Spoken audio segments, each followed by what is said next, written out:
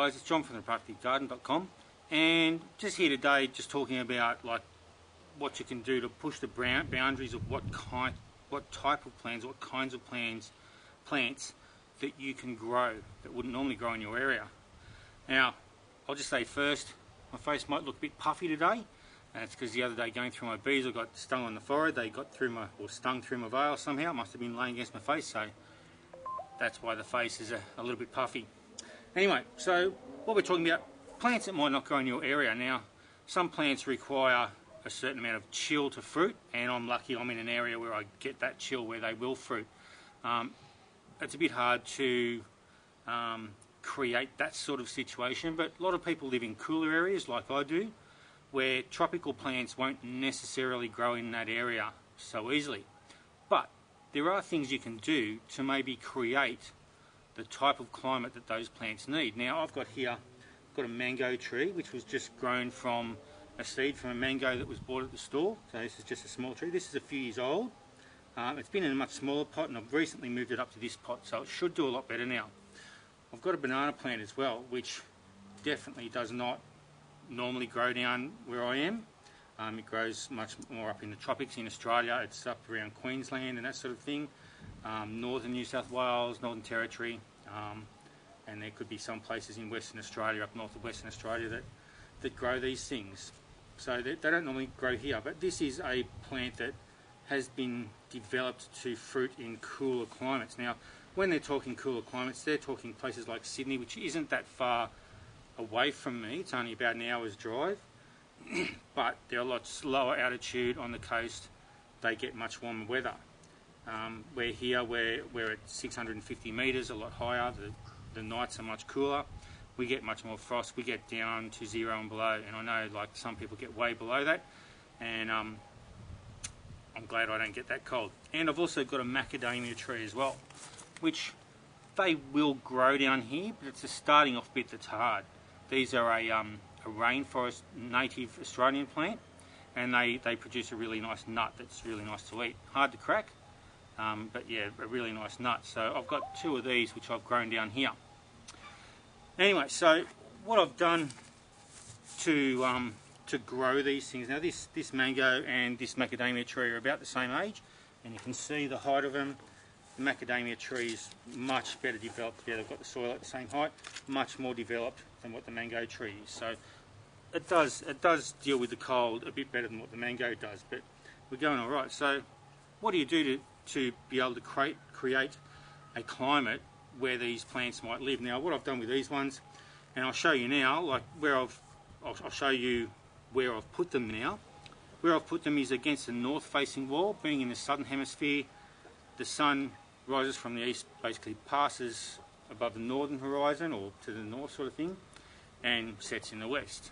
Where in the northern hemisphere, it'll rise in the east, it'll head over the sort of the southern horizon, and head in the west. So in the northern hemisphere, you would put them against a south-facing wall. Now, the reason I've done that is, and you'll have seen when I showed you where the plants were, they're against a brick wall. It's a rendered brick wall, so that wall is going to be absorbing heat during the day when the sun's shining on it. Even in a cold winter's day, it's still going to have the sun shining on it, and at night that wall is going to give off that heat, and it's going to prevent frost and stuff like that, and give it a bit of warmth, so it won't be as cool during the night as what it would normally be if it was planted out in the open with nothing near it to give it any warmth.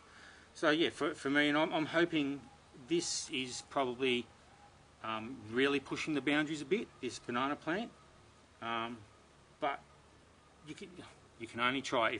If it doesn't work, then it doesn't work. If it does work and I get bananas off it, well, hey, how good's that? Homegrown bananas in a place where you're not supposed to be able to grow banana trees. So it'll stay in the pot so that I can move it around to places that are going to suit it.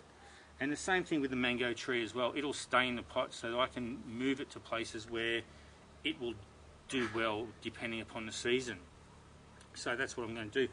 Mango trees usually grow into great big trees, so I'm going to have it in this big pot and just keep it pruned down, and who knows, we'll see if we get any fruit out of it.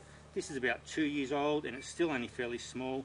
hopefully in the bigger pot, it's probably put on about, that's about the amount of growth, so it's probably nearly double its size this year, which is really good. It's got a lot more leaves on it, so hopefully it'll do much better from now on, especially in the bigger pot. So that's what I'm hoping. So yeah, creating a situation where it can be in a warmer environment against a north-facing wall, or in the northern hemisphere a south-facing wall. And basically that's what you want to do. Take a look at the plant. Where does it normally grow? What conditions does it enjoy? And try and recreate those conditions. That's what you want to try and do. Think of places where you can go if you need heat. Where's a wall that you can put it against that's going to collect heat from the sun? And I mean, in winter these guys will get full sun. They'll get a reasonable amount of temperature and a reasonable amount of light to be able to keep going. So yeah, that's what I mean by pushing the boundaries of things to get them growing really well. And one more thing I wanted to mention, which I'm pretty excited about, is got a story in this. It's the latest edition of Good Organic magazine, which people in Australia will be able to buy. Recently had a story about my garden published in here. So I'll just get to the page. So there you go, you can see me there, that handsome gardener. Yeah, so that's pretty good. It just talks about what I was doing in my garden. It happened they were here in November 2017. And yeah, so I've got 4 pages there about my garden. Now what I'm going to do is I've got 2 copies of this magazine to give away. So what I'm going to do is give it away. I'm going to just do a random draw for people who make a comment down in the comment section down below. And I'll even autograph somewhere, probably along the broccoli down here, autograph it and a little message to the person, because who knows, one day I might even be famous and it'll be worth something. But yeah, just I'm pretty happy with that. It's nice to be able to get something like that happen. So yeah, leave a comment down below and you'll be in a draw to get a copy of the magazine with a little message to you and my autograph.